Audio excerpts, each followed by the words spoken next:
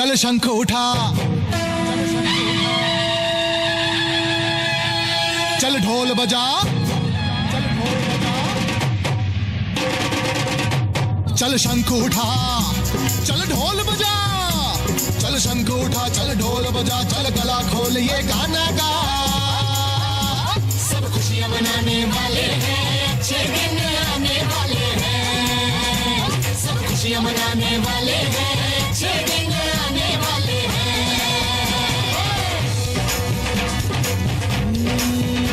कोई छोटा कोई गम ना गिला हो सबका भला, चल सुर दो।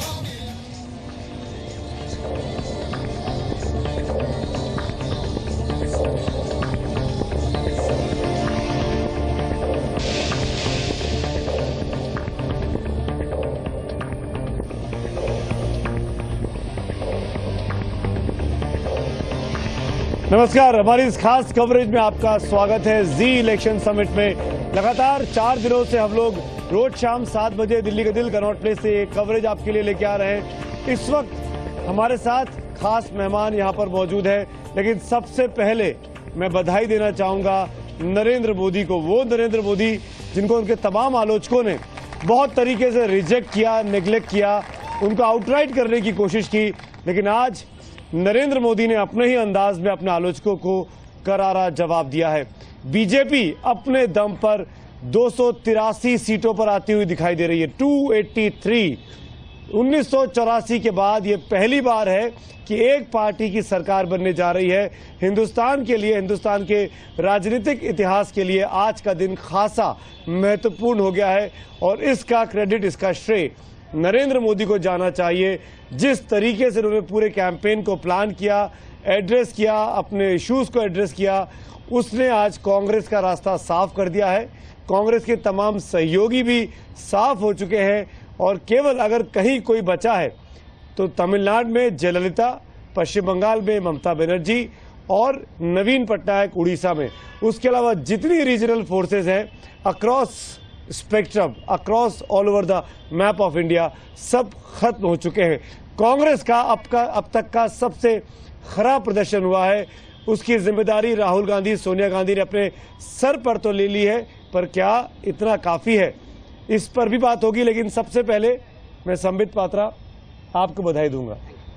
ऑल ह्यूमिलिटी, आज का दिन आपका है, आज का वक्त आपका है, ये युग आपका है, लेकिन हम चाहेंगे कि जो मैंडेट मिला है 333-31 सीटें बीजेपी अलाइंस के पास आती दिखाई दे रही हैं, इस मैंडेट को रेस्पेक्ट करना और उस रेस्पेक्ट करते हुए भारत को आगे बढ़ाना अब ये आपकी और आपकी पार्टी की और आपकी मुखिया की सबसे बड़ी जिम्मेदारी होने वाली है। हमने अभी नरेंद्र मोदी का विक्ट्री स्पीच भी सुना कुछ ही देर पहले वडोदरा में, उन्होंने बोला, उस पर भी मैं आऊंगा। लेकिन सबसे पहले संबित पात्रा हमारे साथ हैं, बीजेपी के नेता, वरिष्ठ पत्रकार गौतम लाहिरी हमारे साथ है, आपका भी स्वागत है।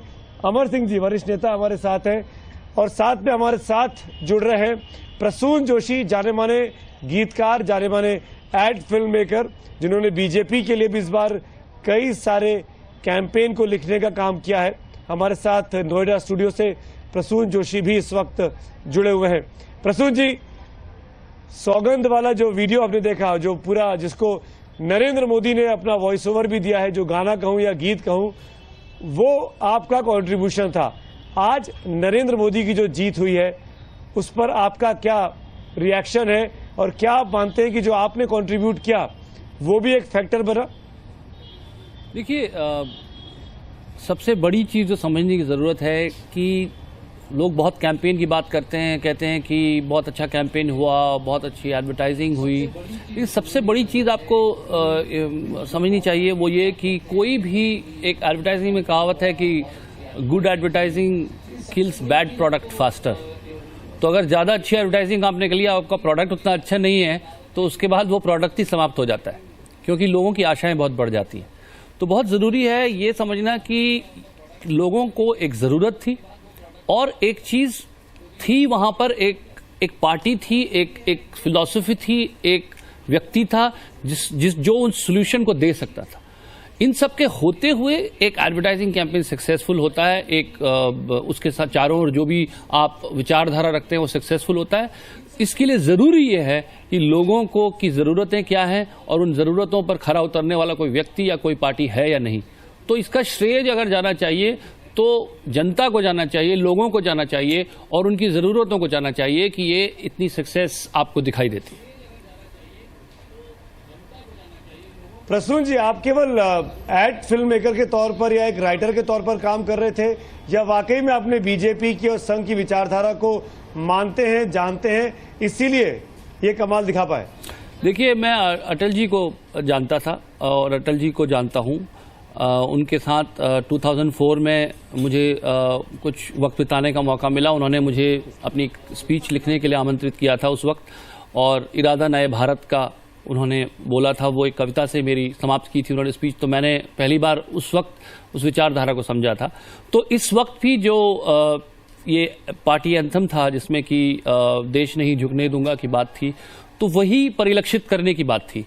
तो मेरे लिए आसान था क्योंकि मैं समझता था उसे, इसलिए उसको एक शब्दों में पिरोना और उसको पेश करना मेरे लिए सरल रहा। और इसका श्रेय मैं पुरानी एक अंडरस्टैंडिंग जो मेरी रही है और खासकर अटल जी के ज़माने से, तो उसको मैं इसका श्रेय दूंगा।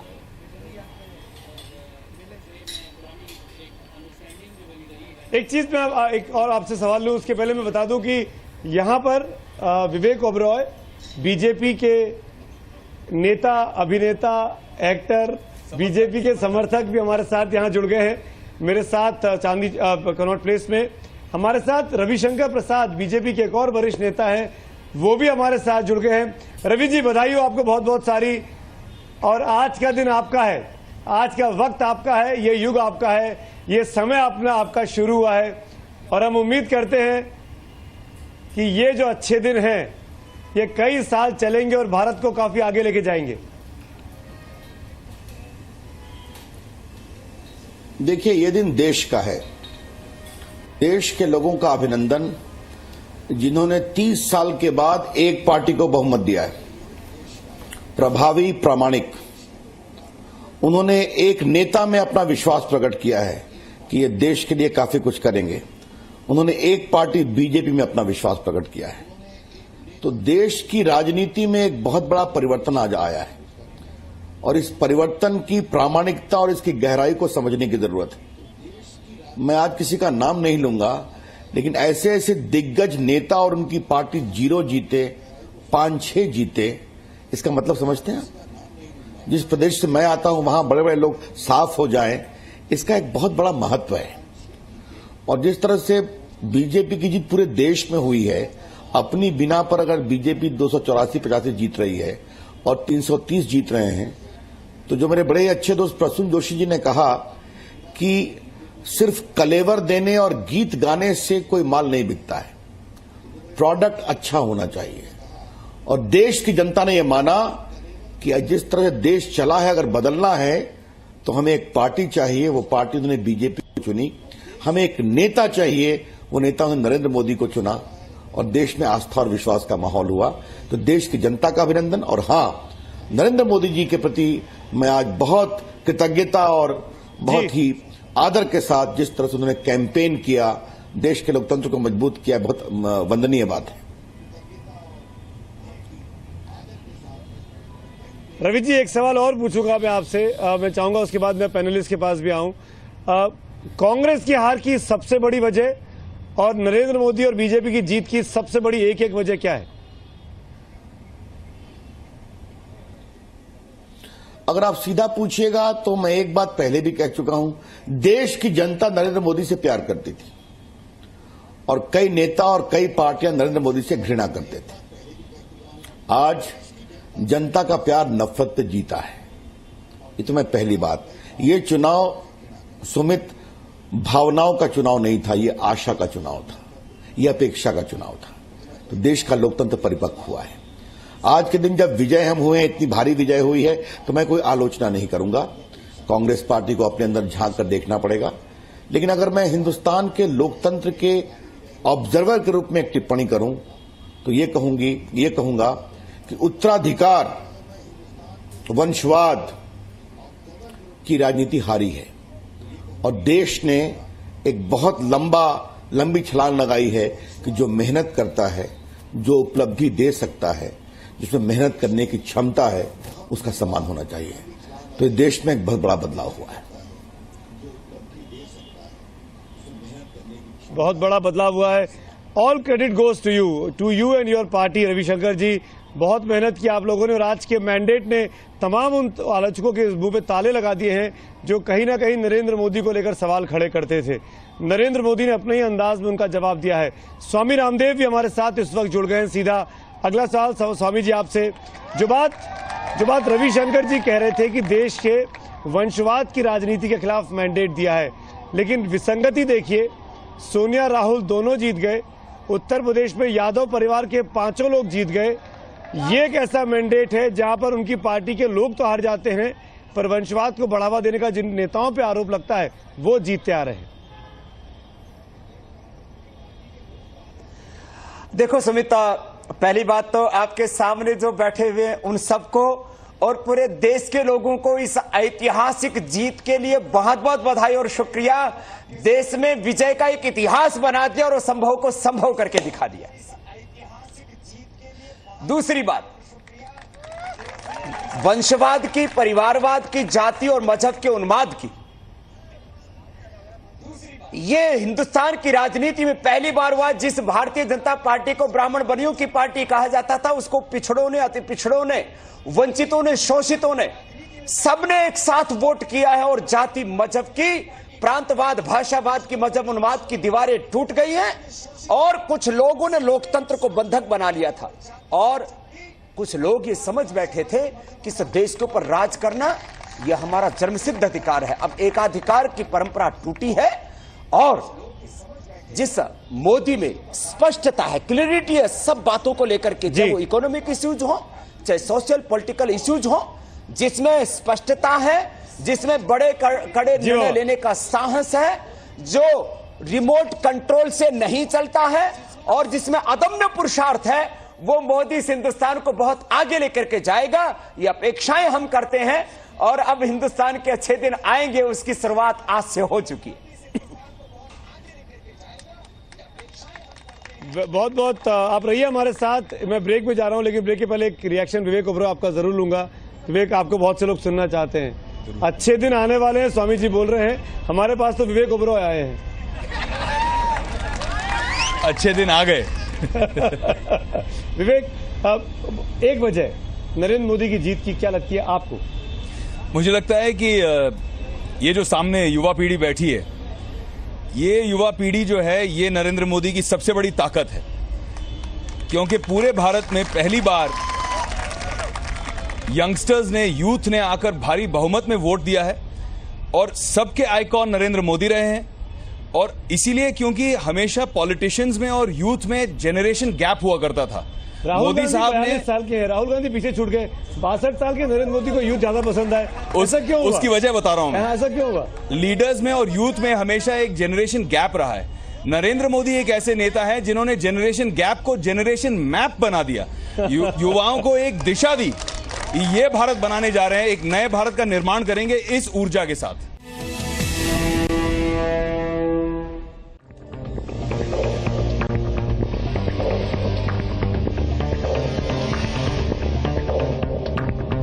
ब्रेक के बाद आपका एक बार फिर से स्वागत है। कुछ नए मेहमान जुड़े हैं, उनका परिचय कराऊंगा। सबसे पहले आपसे एक और वरिष्ठ पत्रकार स्मिता प्रकाश जी हमारे साथ जुड़ गई हैं। आपका बहुत बहुत स्वागत है स्मिता जी।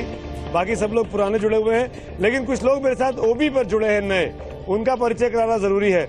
रविशंकर जी और बाबा रामदेव पहले से हमारे साथ हैं और अब साथ में कांग्रेस की नेता अमृता धवन भी हमारे साथ जुड़ी हैं और साथ में तृणमूल कांग्रेस के नेता शेखर साहब भी हमारे साथ इस वक्त जुड़ गए हैं। आप सबके पास आऊंगा, लेकिन पहले रविशंकर जी आपसे पूछना चाहूंगा, बहुत छोटी सी चीज, इतनी हवा में, इतनी सुनामी में, नरेंद्र मोदी की सुनामी में, जिसको अब मोदी नामी भी कहा जा रहा है, जो लोग हार गए हैं उनका पार्टी में क्या भविष्य है?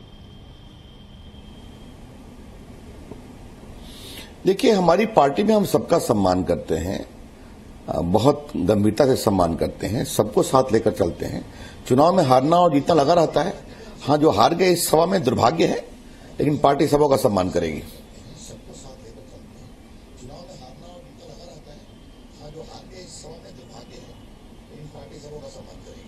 इंक्लूसिवनेस की बात हो रही थी अभी यहाँ पर। नरेंद्र मोदी जी की प्रायोरिटी, उनकी सरकार की प्राथमिकता होगी कि माइनॉरिटीज के लिए खास तवज्जो दी जाए ताकि ये मैसेज जाए कि जो लोगों ने वोट किया है वो उनका वोट सही जगह गिरा है। देखिए, मैं आपसे एक बात और मुझे जाना है, इसलिए मैं अपनी बात कह के आपसे अनुमति लूंगा। ये जो आज इतनी बड़ी व्यापक जीत हुई है सुमित जी, ये जीत भारत के हर क्षेत्र की हुई है। आज हिंदुस्तानियों ने, जो आदरणीय रामदेव बाबा जी ने कहा, मैं उनका बड़ा सम्मान करता हूं, ये जाति, संप्रदाय और क्षेत्र की सीमाओं से ऊपर उठकर लोगों ने वोट दिया है। इस बात को समझिए आप। आज हिंदुस्तान के नागरिक उन लोगों से बहुत परिपक्व निकले हैं जो दिल्ली में बुद्धिजीवी की चर्चा करते रहते हैं।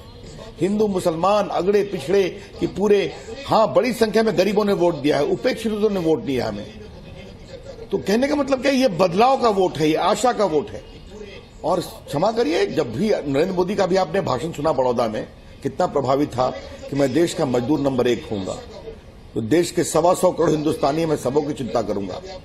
और जो तरुणाई आपके सामने बैठी है, आप जिनकी उपस्थिति में आप हैं, उसका मैं अभिनंदन करना चाहूंगा कि आज देश के युवकों ने, देश की युवतियों ने देश के उन लोगों के लिए बहुत लंबी रेखा खींची है जो पारंपरिक राजनीति से देश को देखते हैं। वो काम करना चाहते हैं, देश का विकास चाहते हैं, आर्थिक विकास चाहते हैं। उसका उपकरण उन्होंने नरेंद्र मोदी जी को में देखा, भाजपा में देखा। तो इस विजय की जो व्यापकता है, उसको अगर आप देखेंगे तो शायद आपको लगेगा कि ये ऐतिहासिक।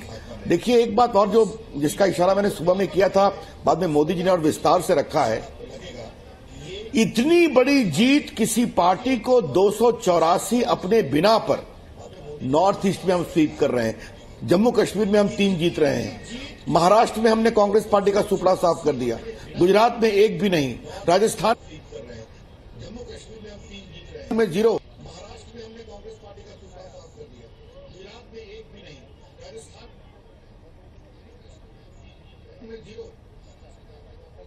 में सरकार बनाई थी, 1 भी नहीं जीत पाई जी। हाथों के साथों भाजपा जीती है।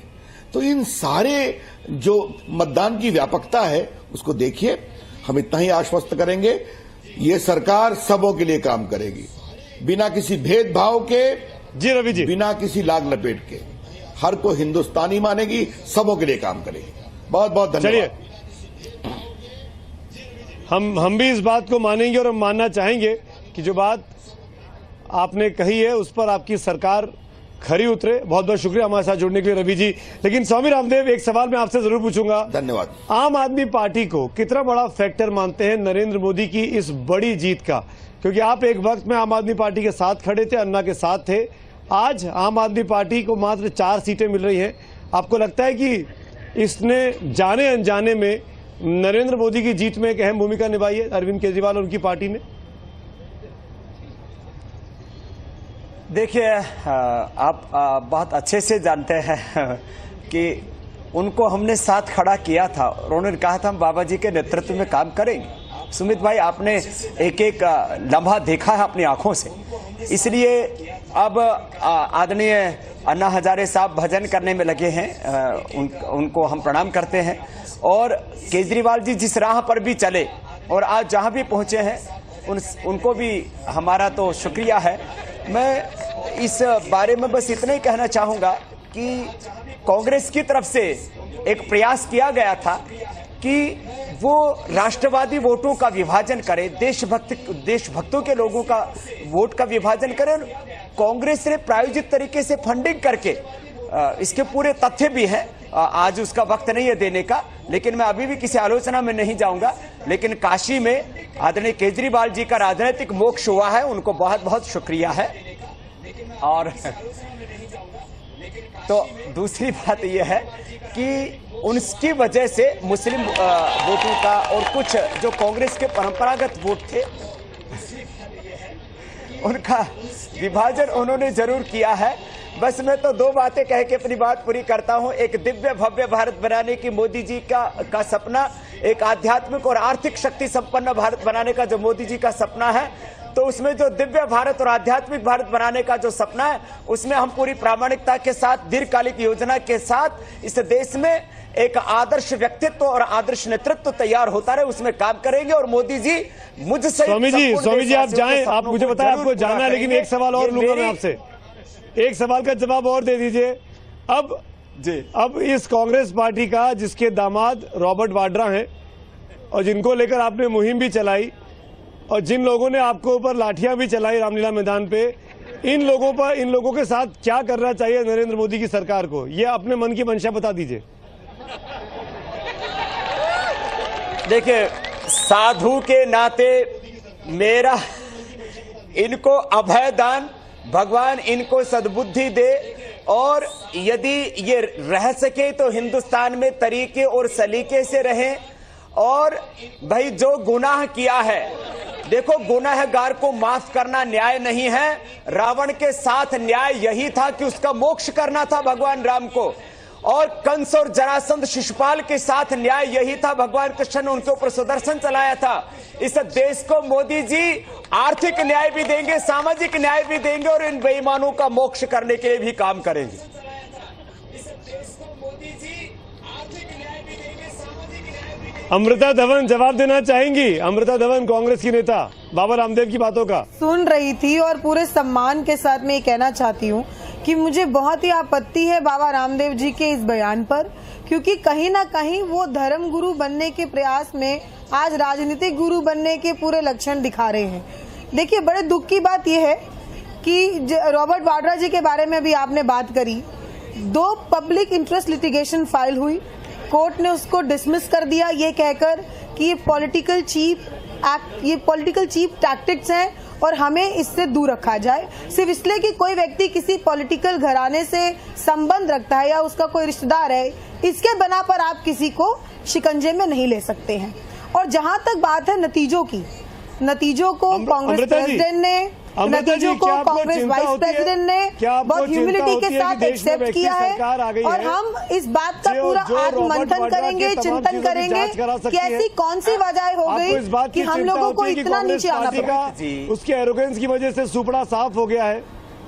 देखिए सुमित जी, सबसे बड़ी बात यह है कि हम लोग इसको एक्सेप्ट कर रहे हैं। पब्लिक के मैंडेट को कांग्रेस पार्टी ने एक्सेप्ट किया है। हम जानते हैं कि हम लोग हारे हैं, हम जानते हैं कि हमें बहुमत नहीं मिला है, हम जानते हैं कि हमें विपक्ष की भूमिका निभानी है, और बहुत बेहतरीन तरीके से जो 10 साल में काम हुए हैं, शायद उन कामों को हम ठीक तरीके से आखिरी जनता तक कम्युनिकेट नहीं कर पाए। ये हमारे फेलियर्स रहे हैं और हम इसको मानने को तैयार हैं, लेकिन नहीं, घिसा पिटा रिकॉर्ड नहीं है, ये सच्चाई है, ये सच्चाई है। लेकिन जो बाबा रामदेव जी कह रहे हैं उनको ये नहीं कहने देना चाहिए, उनको ये नहीं कहने दूंगी। अगर वो बाबा हैं तो उनको अपने कहीं ना कहीं गरिमा का भी ध्यान रखना चाहिए।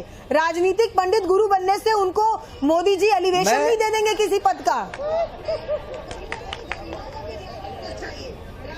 अच्छा ये बताओ, मुझे बहुत अफसोस है कि मैंने किसी भी व्यक्ति के ऊपर कोई टिप्पणी, मैंने कहा कि न्याय होना चाहिए, तो यदि वो गुनहगार नहीं है तो उनके साथ अन्याय कैसे होगा?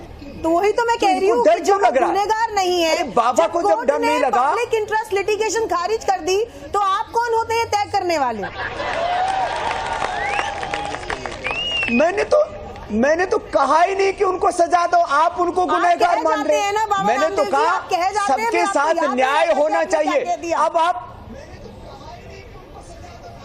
अरे भैया, ये मेरी श्रद्धामयी बहन, मेरी पूजनीय बहन, आपको ने क्या सुन लिया? मैंने तो कहा न्याय होना चाहिए। आपको न्याय शब्द से भी क्यों चिढ़ हो रही है? आप लोग आत्मचिंतन करो, और यदि आप मुझसे प्यार करते हो तो सबको मेरे साथ बैठा के कपालभाति अनुलोम विलोम कराओ। मिलता है तो सुप्रीम कोर्ट सर्वोप्रिय है, और जब वही सुप्रीम कोर्ट आपकी पीआईएल को खारिज कर देती है तो आपको लगता है कि वहां पर न्याय नहीं हुआ है। तो आप तय कर लीजिए कि न्याय किसे कहते हैं। तो आप न्याय शब्द से घबरा क्यों रहे? हमने तो किसी को आरोपी बनाया ही नहीं। आप लोग अब क्रुद्ध और विरुद्ध ना होकर के शुद्ध भाव से देश को बनाने के लिए आओ, साथ में मिलकर के काम करें। मैं तो इतना ही आह्वान करूं। बीजेपी को देश ने मौका दिया है, और बीजेपी देश को मौका, अभी अच्छे दिन बीजेपी के कार्यकर्ताओं के के आए हैं। अभी जनता के अच्छे दिन आने बाकी हैं। सारी दुनिया की नजर सिर्फ इसी बात पे केंद्रित है कि जो वादे बीजेपी ने की है उसको डिलीवर कैसे करेंगी, और हम देखना चाहते हैं और एक कंस्ट्रक्टिव ऑपोजिशन का रोल निभाकर हम बीजेपी के हर विकास की नीति पर उसका साथ देंगे जिसमें जनता का हित होगा। तो बहन, क्रुद्ध और विरुद्ध भाव से नहीं, शुद्ध भाव से साथ में काम करो। अब आरोप प्रत्यारोप में मत पड़ो। एक रिएक्शन आरोप प्रत्यारोप में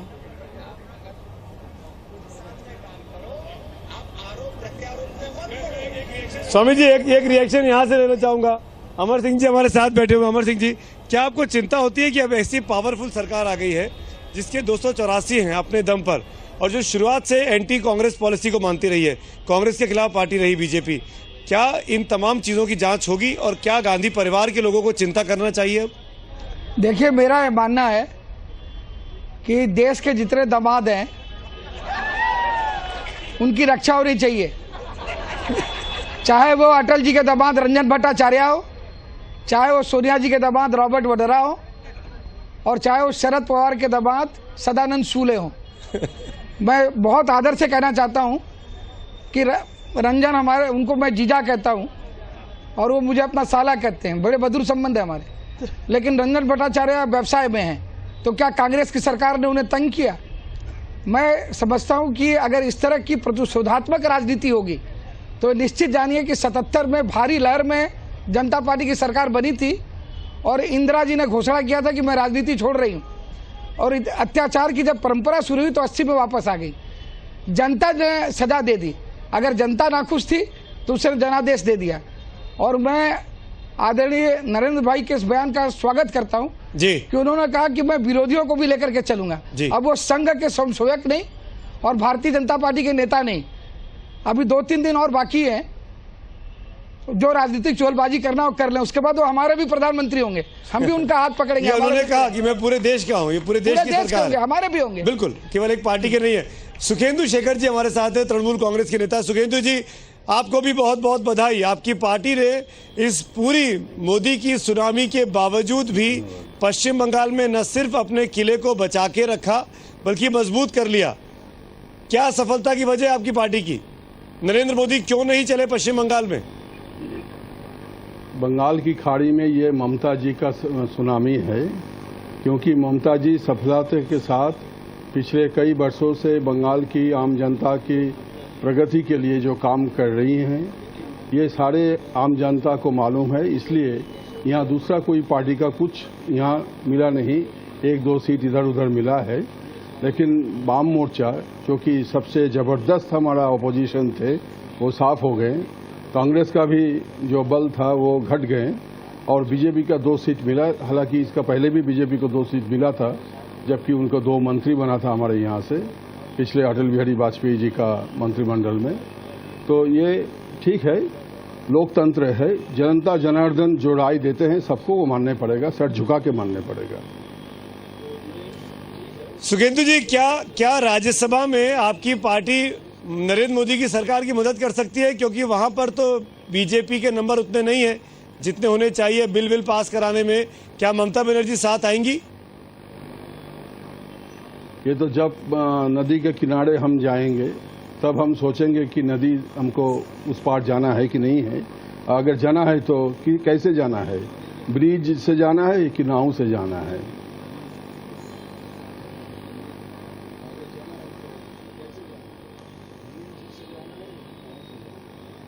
संबित पात्रा मदद लेनी चाहेंगे तृणमूल कांग्रेस की राज्यसभा में?